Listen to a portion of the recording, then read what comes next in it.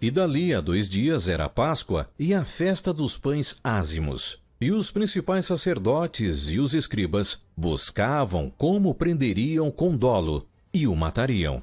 Mas eles diziam: não na festa, para que porventura não se faça alvoroço entre o povo. E estando ele em Betânia, assentado à mesa em casa de Simão o leproso, veio uma mulher que trazia um vaso de alabastro com unguento de nardo puro de muito preço, e quebrando o vaso, lhe derramou sobre a cabeça. E alguns houve que em si mesmos se indignaram, e disseram: para que se fez este desperdício de unguento? Porque podia vender-se por mais de 300 dinheiros e dá-lo aos pobres. E murmuravam contra ela. Jesus, porém, disse: deixai-a, por que a molestais? Ela fez-me boa obra.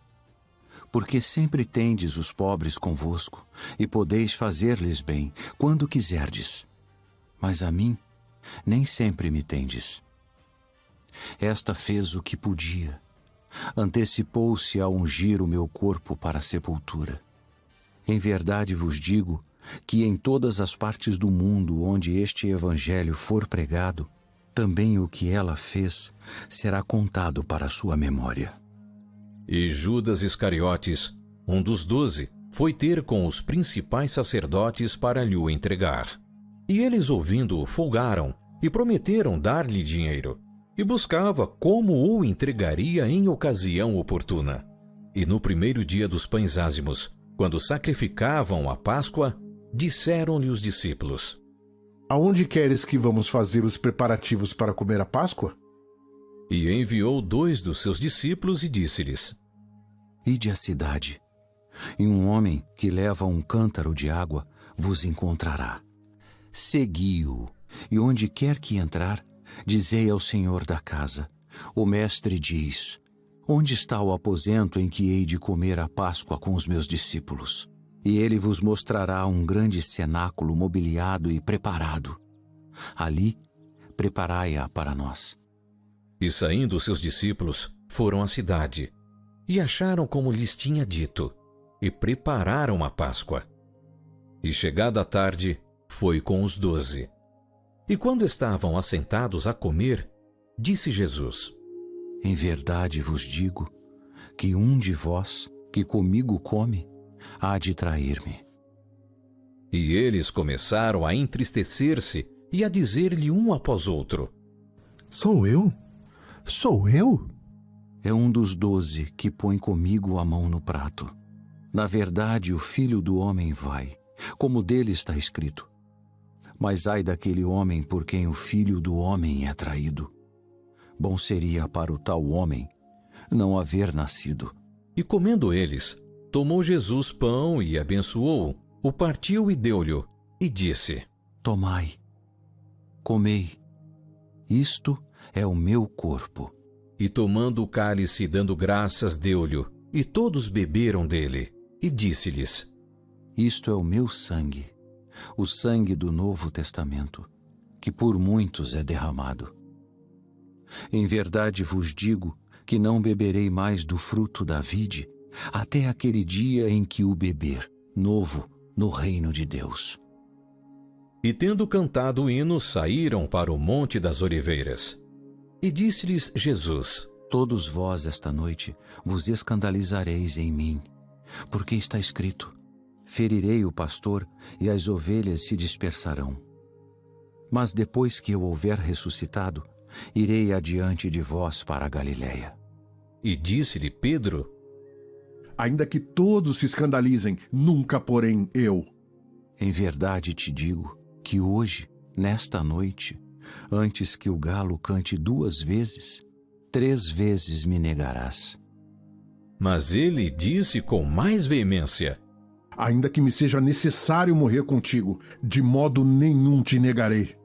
E da mesma maneira diziam todos também.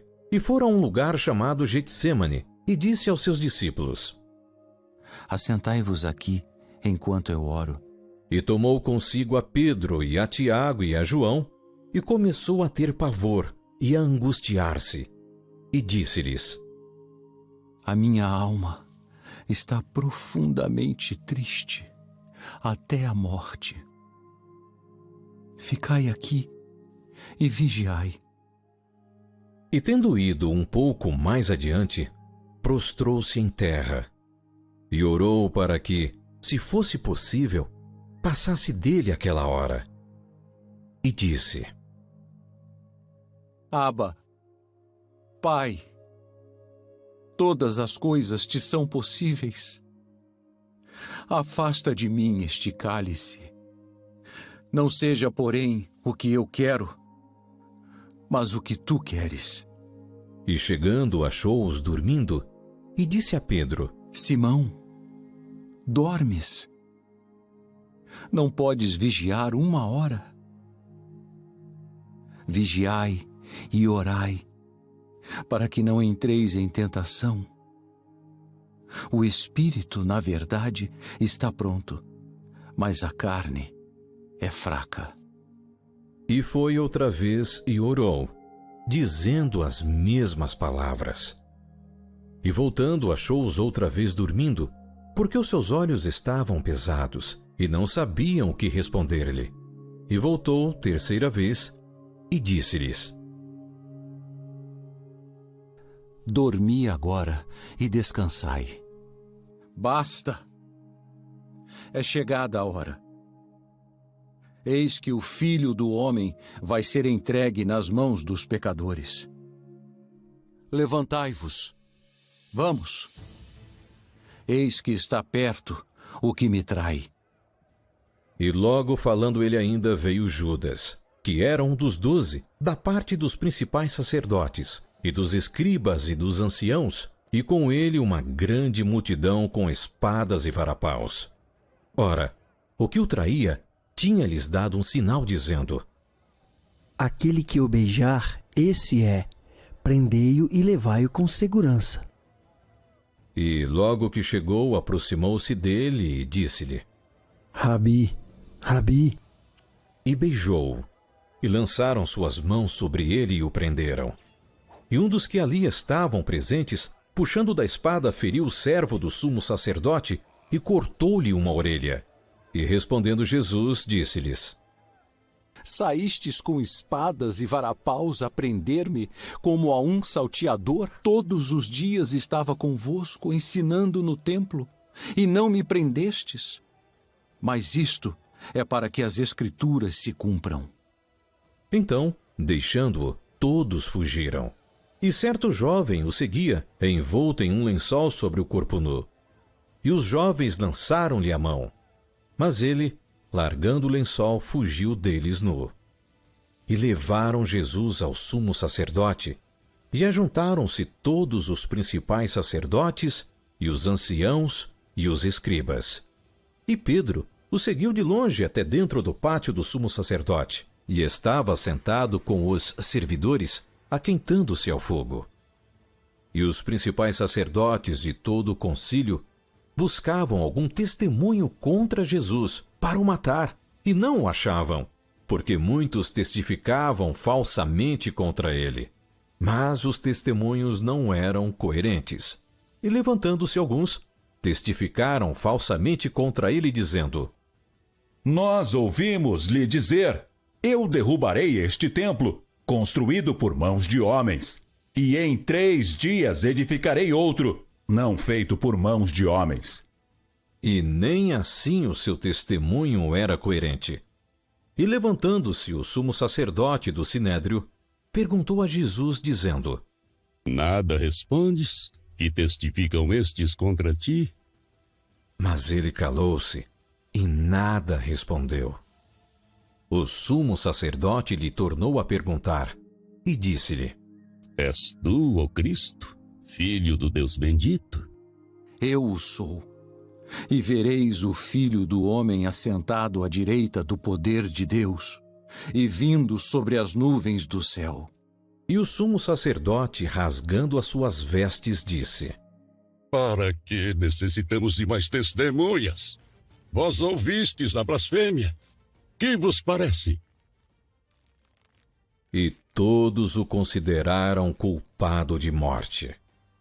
E alguns começaram a cuspir nele e a cobrir-lhe o rosto, e a dar-lhe punhadas e a dizer-lhe: Profetiza!